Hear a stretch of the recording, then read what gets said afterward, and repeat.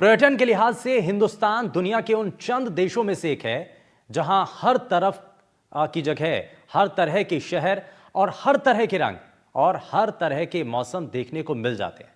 पिछले कुछ सालों में भारत में दुनिया से आने वाले पर्यटकों की संख्या लगातार बढ़ी है और इतना ही नहीं, पीएम मोदी के आह्वान के बाद अब देश के युवा देश की नई नई जगहों को एक्सप्लोर करने लगे हैं। इन सब के बावजूद बहुत सारी ऐसी जगह अभी भी हैं जो शायद इतनी शिद्दत से नहीं देखी जा सकी हैं जितना वो डिजर्व करती हैं। ऐसी ही एक जगह है केंद्र शासित प्रदेश, जिसे दीव के नाम से जाना जाता है।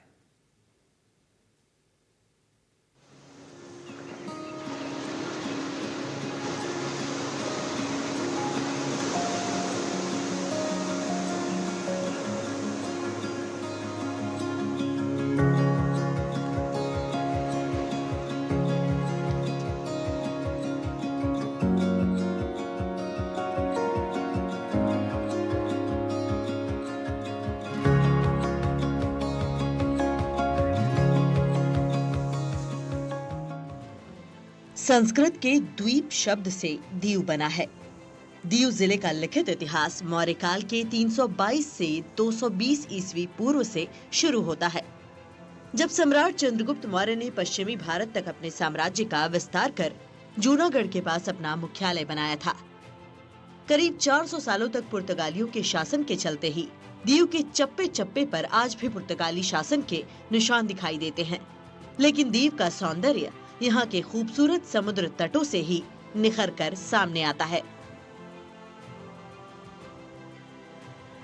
हिंदुस्तान में टूरिज्म के लिहाज से पिछले कुछ सालों में बहुत संभावनाएं बढ़ी हैं। बहुत सारी जगहों पर अब बड़ी संख्या में देशी विदेशी पर्यटक आते हैं, लेकिन इसके बावजूद हिंदुस्तान में ऐसी बहुत सारी जगह अभी बाकी हैं जो शायद अनछुई हैं या उतने बड़े पैमाने पर अभी लोगों को इसके बारे में पता नहीं है। ऐसी ही एक जगह है दीव, जो केंद्र शासित प्रदेश है। गुजरात से सटा हुआ इलाका, अरब सागर की ये लहरें आपको बता रही हैं कि इसकी खूबसूरती कितनी बेमिसाल है। यहाँ पर लंबा पुर्तगालियों का इतिहास रहा है और उस इतिहास को समेटे शानदार बीचेस और एक तरीके से कहें तो इसे मिनी गोवा या गुजरात का गोवा भी कहा जाता है। तो आज के इस कार्यक्रम में हम बताएंगे दीव के वो अनछुए पहलू जिन्हें शायद आपको जानना चाहिए, और बताएंगे कि क्यों यहाँ पर आपको घूमने के लिए आना चाहिए। देश दुनिया के समुद्री तटों से अलग दीव के समुद्री तट साफ सुथरे, स्वच्छ, निर्मल और आंखों को सुकून देने वाले हैं। यहाँ का सूर्योदय और सनसेट आपको एक अलग ही तरह की मानसिक शांति का एहसास दिलाता है। यूँ तो दीव में कई बीच हैं, लेकिन खास तौर पर नागोआ बीच देखने लायक है।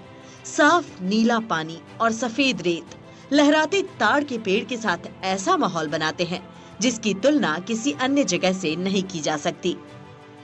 दीव में समुद्र तटों की बीचेस की सबसे खास बात यह है कि बहुत ही साफ सुथरे हैं, गहरे नहीं हैं। तो आप देख सकते हैं कि सुबह का समय है और अब बिल्कुल बीच पर, नागोआ बीच पर इस वक्त हम हैं और नागोआ बीच पर समुद्र की लहरें आ रही हैं, लेकिन उसके बावजूद पर्यटक जो हैं वो किनारे पे बैठे हैं और लहरों के साथ एक तरीके से कहें तो जो लहरें हैं उनका इंतज़ार भी कर रहे हैं। लहरें आ रही हैं, जा रही हैं। और बड़ी बात यह है कि बाकी जो बीचेस हैं, चाहे वो गोवा के हों या देश के दूसरे हिस्सों के हों, उनके मुकाबले ये बीचेस बहुत साफ सुथरे हैं।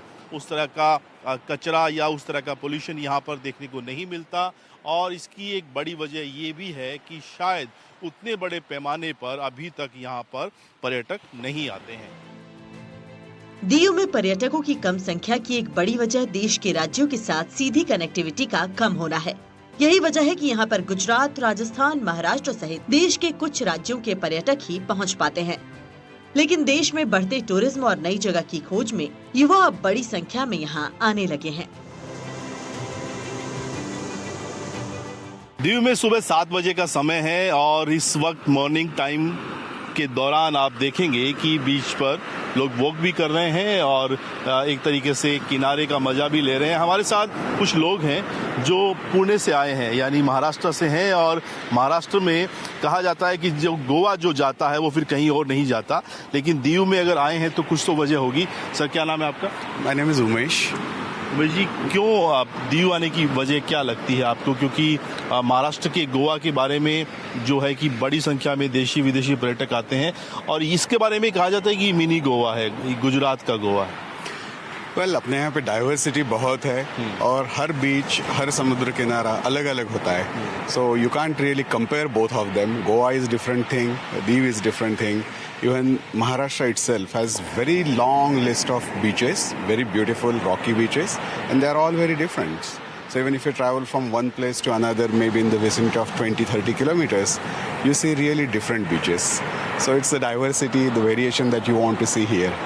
दीव में क्या खास लगा सर? खास तौर पे जब आप यहाँ पे वॉक कर रहे हैं तो थोड़ा लगता है कि उतनी भीड़ भाड़ नहीं है, थोड़ा शांत है। बहुत शांत है, बहुत बहुत साफ है, बहुत साफ सुथरा है, बहुत बढ़िया है, वेदर अच्छा है, और मतलब सबसे ज़्यादा वही है कि गोवा में बहुत ज़्यादा भीड़ है, अब यहाँ पे भीड़ कम है तो बहुत अच्छा लग रहा है, वेरी सीरीन।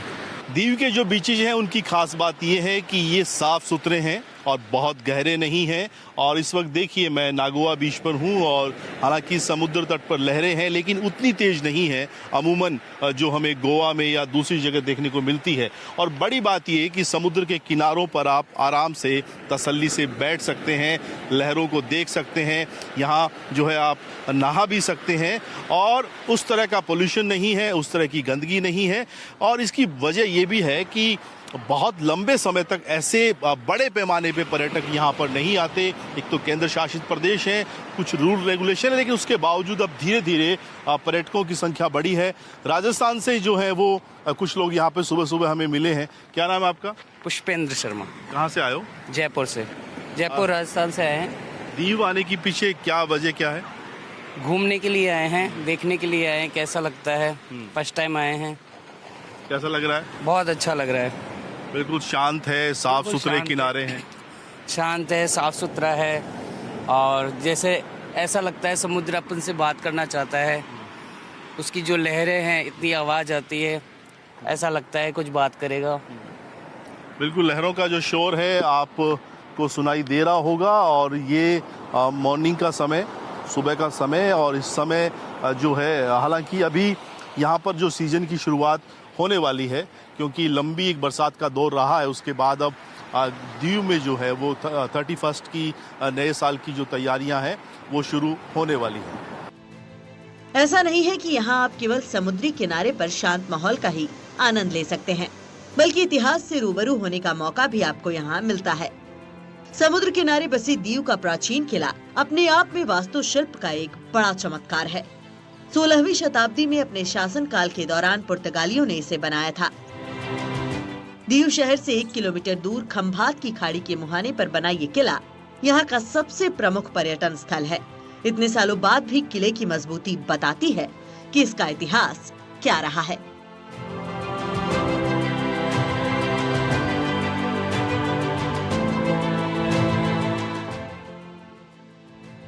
दीव पर सबसे पहले सोमनाथ पाटन के वास वंश के राजाओं का शासन था। इसके बाद यहाँ गुजरात के मुस्लिम सुल्तानों का शासन रहा। इसके बाद पुर्तगाली गवर्नर नूनो डी कुन्हा ने दीव पर कब्जा करने की कोशिश की, लेकिन सुल्तान ने उन्हें हरा दिया। गुजरात के सुल्तान बहादुर शाह ने मुगल सम्राट हुमायूं से बचने के लिए पुर्तगालियों के साथ एक समझौता किया। इस समझौते के तहत 1535 में दीव पुर्तगालियों को दे दिया गया। समंदर के किनारे किला बनाया गया और बाद में पुर्तगालियों ने पूरे दीव पर कब्जा कर लिया। साथ ही पुर्तगालियों ने यहाँ 1961 तक शासन किया। 19 दिसंबर 1961 को भारत सरकार ने ऑपरेशन विजय के तहत दीव को भारत में शामिल किया था। इस वक्त हम दीव के उस किले पर मौजूद हैं जिसे पुर्तगाली किला भी कहा जाता है, और ये किला पुर्तगालियों के दौर की याद भी दिलाता है। आप देखिए, यहाँ पर जो है ये विशाल तोपें उस वक्त के दौर की भी याद ताजा कर रही है, क्योंकि दरअसल 1535 ईस्वी में मुगलों से जो राजपूत राजा थे, राजपूत शासक थे, खास तौर पे उस वक्त के हुमायूं से बचने के लिए पुर्तगालियों के साथ संधि जो हुई थी और उसी संधि के तहत इस किले का निर्माण करवाया गया था। बिल्कुल अरब सागर के किनारे खड़ा ये किला जो है उस दौर के स्थापत्य कला, उस दौर की मजबूती और उस दौर के युद्ध कौशल और रणनीतिक लिहाज को भी बखूबी बताता है। ये किले की छत पर जो तोपें हैं उस दौर पे ये एक बड़ा जो है रूट रहा करता था अरब सागर व्यापारिक लिहाज से, और इसी रूट से जो है आक्रमणकारी भी आया करते थे। लिहाजा ये तोपें उस दौर में दुश्मनों पर हमला करने के लिए यहाँ पर थी। और पुर्तगालियों का सबसे लंबा शासन रहा है हिंदुस्तान के कई इलाकों में, लेकिन अगर बात की जाए तो 1961 तक जो है ये किला और ये द्वीप पुर्तगालियों के अधीन रहा। 1534 में बहादुर शाह ने मुगल सम्राट हुमायूं से जो उनको खतरा था उसी के तहत संधि की थी, और बाद में जब देश आज़ाद हुआ तब 1960 से अब ये भारत सरकार के अधीन है। बहुत मजबूत किला है, अभी भी जो है मजबूती इसकी जो दीवारें हैं, इसकी जो बनावट है वो बयां कर रही है। और मेरे ठीक पीछे एक लाइट हाउस भी अभी भी आज के दौर में भी महफूज है, सुरक्षित है। ये उस दौर में जो नाविक थे, समुद्री जहाज थे, जो भटक नहीं जाए, एक तरीके से सिग्नल देने के लिए, उनको मैसेज देने के लिए लाइट हाउस बनाया गया था। तो जब यहाँ दीव में लोग आते हैं बड़ी संख्या में, सुबह का समय है, अभी पर्यटक बहुत बड़ी तादाद में नहीं है, लेकिन जो यहाँ पर आता है निश्चित रूप से वो इस किले को देखने जरूर आता है। इस किले से आपको एक दूसरी इमारत दिखाई देती है, समुद्र के पानी के ठीक बीचों बीच, जो पानी का कोटा किला या पुर्तगालियों के शासनकाल की जेल रही थी। यहाँ पुर्तगाली शासन के दौरान कैदियों को रखा जाता था। दूर दूर तक समुद्र के पानी के चलते यहाँ से भागना लगभग नामुमकिन था। उस दौर में इसे काले पानी की सजा भी कहा जाता था। फिलहाल इसे दीव प्रशासन टूरिस्ट स्पॉट के तौर पर विकसित करने की कोशिश कर रहा है। यहाँ नया रेस्टोरेंट या कैफे बनाने की योजना पर काम किया जा रहा है। दीव किले से आप जब मेरे पीछे देखेंगे तो आपको एक जो महल नुमा ये भवन जो दिख रहा है, असल में ये पुर्तगालियों के शासन काल की याद दिलाता है। और उस दौर की ये जेल थी। करीब 475 साल पहले इस जेल को उस दौर में कैदियों को रखने के लिए बनाया गया था। और इस किले से वहां तक जाने का केवल और केवल एक रास्ता जो है वो बोट है। फिलहाल जेल बंद है, यहाँ कोई कैदी नहीं है, और तैयारी है कि इसे इसी टूरिस्ट पैलेस के साथ जोड़ा जाए। हमारे साथ यहाँ के स्थानीय लोग हैं। इस जेल के इतिहास के बारे में आप लोगों ने सुना होगा, क्या हिस्ट्री रही है? और फिलहाल जेल में अभी कोई कैदी नहीं है? नहीं, अभी फिलहाल कोई कैदी नहीं जेल। पहले पोर्टुगीज टाइम के अंदर रहता था, अभी अपने इंडिया गवर्नमेंट ही उसको हैंडल करती है पूरा। हाँ, वो पोर्टुगीज लोग पहले यूज करते थे ना, अभी तक वो टूरिस्ट के लिए खुला ही था। टूरिस्ट के लिए छोटा नाव आता था, छोटा नाव अंदर लेके जाता था और टूरिस्ट को अंदर से घुमा के फिर वो वापस छोड़ देता था। तो अभी कम से कम करीबन 1 साल से उसका काम गवर्नमेंट कर रही है, तो अभी कोई फिलहाल उसके अंदर कोई टूरिस्ट है ही नहीं। आप देखिए तीनों तरफ से जो है पानी से घिरा हुआ ये जेल है, और अगर कोई कैदी यहाँ से भागने की कोशिश भी करता होगा तो संभव नहीं है, क्योंकि वहाँ तक जाने और वहाँ से वापस किले तक या तट तक आने का जो रास्ता है वो केवल बोट था। तो उस लिहाज से पनिशमेंट के लिए कैदियों को रखा जाता था। एक तरीके से काले पानी की सजा भी थी, और ये पुर्तगाली जो शासन रहा है लंबे समय तक दीव में, उसकी भी याद दिलाता है। ऐतिहासिक धरोहरों के साथ साथ दीव में पुर्तगाली शासन के दौरान का धार्मिक प्रभाव भी साफ दिखाई देता है। दीव में सेंट पॉल चर्च ऐसी ही एक जगह है जहां की स्थापत्य कला पर पुर्तगाली शासन का प्रभाव है। यह चर्च उस दौर की कला का अद्भुत नमूना है। इतालवी बारोक वास्तुकला का इससे बेहतरीन उदाहरण हिंदुस्तान में दूसरी जगह देखने को नहीं मिल सकता। पुर्तगाली औपनिवेशिक शासन के दौरान इस चर्च का यहाँ बहुत बड़ा प्रभाव था। हालांकि अभी भी यहाँ पर कुछ कैथोलिक परिवार रहते हैं जो नियमित तौर पर शाम को प्रेयर करने आते हैं।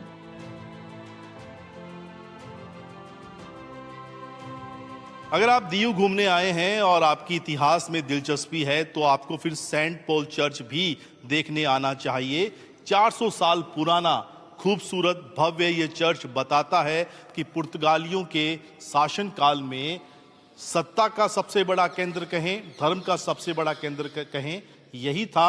और लकड़ी का जो काम है, जो नक्काशी है, उस दौर की स्थापत्य कला, वास्तुकला और कारीगरी का एक बेजोड़ नमूना बताती है। अभी भी करीब 25-30 ऐसे परिवार हैं जो उस दौर में पुर्तगालियों से जिनका कनेक्शन था। नियमित तौर पर शाम को यहाँ पे प्रेयर होती है और एक बड़ा आयोजन जो है वो क्रिसमस के अवसर पर यहाँ पर होता है। दीव आने वाले व्यक्ति की यात्रा यहाँ पर बनी प्राकृतिक गुफाओं को देखे बिना अधूरी है। दीव की ये गुफाएं अपने प्राकृतिक सौंदर्य का अनुपम उदाहरण है। दीव किले के पास बनी ये गुफाएं भूल भुलैया की ऐसी पहेली हैं, जहां आना आपको एक अलग दुनिया में ले जाने का एहसास कराता है। कहा जाता है कि दीव के किले के निर्माण के दौरान यहीं से पत्थरों को काटकर चट्टानें गई थीं। उन्हीं चट्टानों को काटे जाने से इन गुफाओं का निर्माण हुआ था। यही वजह है कि बाहर से आने वाला प्रकाश हमेशा इन गुफाओं को रोशन रखता है। लेकिन पिछले कुछ दिनों गुफाओं का एक हिस्सा ढह जाने से गुफाओं की मरम्मत का काम चल रहा है। हम इस वक्त दीव की नायडा केव में हैं और ये वो प्राकृतिक गुफाएं हैं जो 400 साल का इतिहास अपने आप में समेटे हैं। पुर्तगालियों के दौर में ही ये बनी थी। बताया जाता है कि जब किले का निर्माण हुआ था तब उस वक्त जो पत्थर काटा गया था वो पत्थर इन्हीं गुफाओं के बीच से लिया गया और जो स्पेस बना वो एक तरीके से गुफाएं बन गई हैं। लंबा दौर इन गुफाओं ने देखा है, झेला है। हालांकि कुछ गुफाएं जो हैं अब वो कमजोर हुई हैं, तो अब उनके मेंटेनेंस का काम चल रहा है। आईआईटी से जो एक टीम बाकायदा यहाँ पर इस प्रोजेक्ट को देखने के लिए, बेहतर बनाने के लिए, लंबे समय तक इनको संरक्षित करने के लिए यहाँ पर लगी हुई है। और प्रोजेक्ट मैनेजर दिनेश जी हमारे साथ हैं। दिनेश जी, 400 साल का इतिहास है, क्या कुछ नुकसान हो रहा है गुफाओं को, कैसे ठीक कर रहे हैं? नहीं, अभी तो फिलहाल तो नुकसान नहीं हुआ है, लेकिन कोरोना के टाइम में एक पोर्शन जोन नंबर 4 में थोड़ा कोलैप्स हो गया था। तो पब्लिक की और टूरिज्म की सेफ्टी के लिए और उसको स्ट्रेंथनिंग कर रहे हैं ताकि फ्यूचर में भी ये स्टेबली बना रहे और कोई फर्दर नुकसान ना हो। कितना लंबा एरिया है पूरा गुफाओं का और किस तरह से निर्माण हुआ है? ये नायडा केव का टोटल एरिया 13 एकड़ में है, 13 एकड़ में है। और उसको अभी रिपेयर करने के पर्पज से हमने 15 जोन में अलग अलग डिवाइड किया हुआ है। उसमें हमने सेंसिटिव जोन 4 और 5 को 2 जोन है उसको सेंसिटिव बनाया है और बाकी के जोन है उसमें मतलब इतना ज़्यादा वर्क नहीं है और इतना डेंजरस भी नहीं है। तो ये 4 नंबर है, 4 और 5 नंबर जोन सबसे ज़्यादा मतलब नुकसान हुआ है और उसको हम सबसे फर्स्ट प्योरिटी दे रहे हैं और उसमें मैक्सिमम हमारा अटेंशन ये है कि उसको हम सबसे पहले स्टेबल करें और पब्लिक के लिए खोलने की मतलब हमारा जितना जल्दी हो सके इतना हम उसको रिलीज कर देंगे। 31 से पहले? 31 से पहले तो नहीं है, लेकिन हम जनवरी और फरवरी में लगभग हम काम कंप्लीट करने की कोशिश करेंगे। लेकिन थोड़ा एनवायरनमेंट का और क्लाइमेट का और बारिश का और थोड़ा अवॉइडेबल जो सर्कमस्टांसेस है उसकी वजह से हम काम पूरा करने में हम असमर्थ है। लेकिन फिर भी हमारी कोशिश यही है कि हम जल्द से जल्द उस काम को कंप्लीट करेंगे। बिल्कुल, चूंकि ये जो मिट्टी है इन गुफाओं की, केव की, वो थोड़ा सा जो है भुरभुरी है और वो पानी का जो बहाव है उसके साथ समय के साथ धीरे धीरे उसमें कटाव आता गया और कुछ गुफाएं जो उनका हिस्सा जो नीचे की तरफ झुका हुआ था उनको एक पिलर का जो है वो स्ट्रक्चर दिया जा रहा है, सहारा दिया जा रहा है ताकि ये अपने आप में हिस्टोरिकल जगह बहुत लंबा इतिहास समेटे हुए सुरक्षित रहे, महफूज रहे, संरक्षित रहे और जितने भी दीव आने वाले टूरिस्ट हैं वो यहाँ पर निश्चित रूप से जरूर आते हैं। दीव में केवल इतिहास और समुद्री किनारे नहीं बल्कि ऐतिहासिक धार्मिक स्थलों का भी संगम है। दीव में समुद्र किनारे गंगेश्वर महादेव का मंदिर है जो इस क्षेत्र में आस्था का सबसे बड़ा केंद्र है। समुद्र किनारे बने इस मंदिर में 5 शिवलिंग हैं, जिनके बारे में ऐसा कहा जाता है कि वनवास के दौरान 5 पांडवों ने पूजा के लिए इन शिवलिंगों को यहाँ स्थापित किया था। बड़ी बात यह है कि समुद्र के तट पर बने इन 5 शिवलिंग पर समुद्र की लहरों से जलाभिषेक होता है जो देखने में काफी मनोरम दिखाई पड़ता है। दीव से 3 किलोमीटर बाहर गंगेश्वर महादेव मंदिर है और इस मंदिर की आप तस्वीर देखिए। 5 शिवलिंग यहाँ पर बने हुए हैं समुद्र के बिल्कुल ठीक किनारे और बताया जाता है कि जब पांडव वनवास पे थे तब वो यहाँ पर आए थे और इसी दौरान 5 पांडवों ने ये 5 शिवलिंग बनाए थे।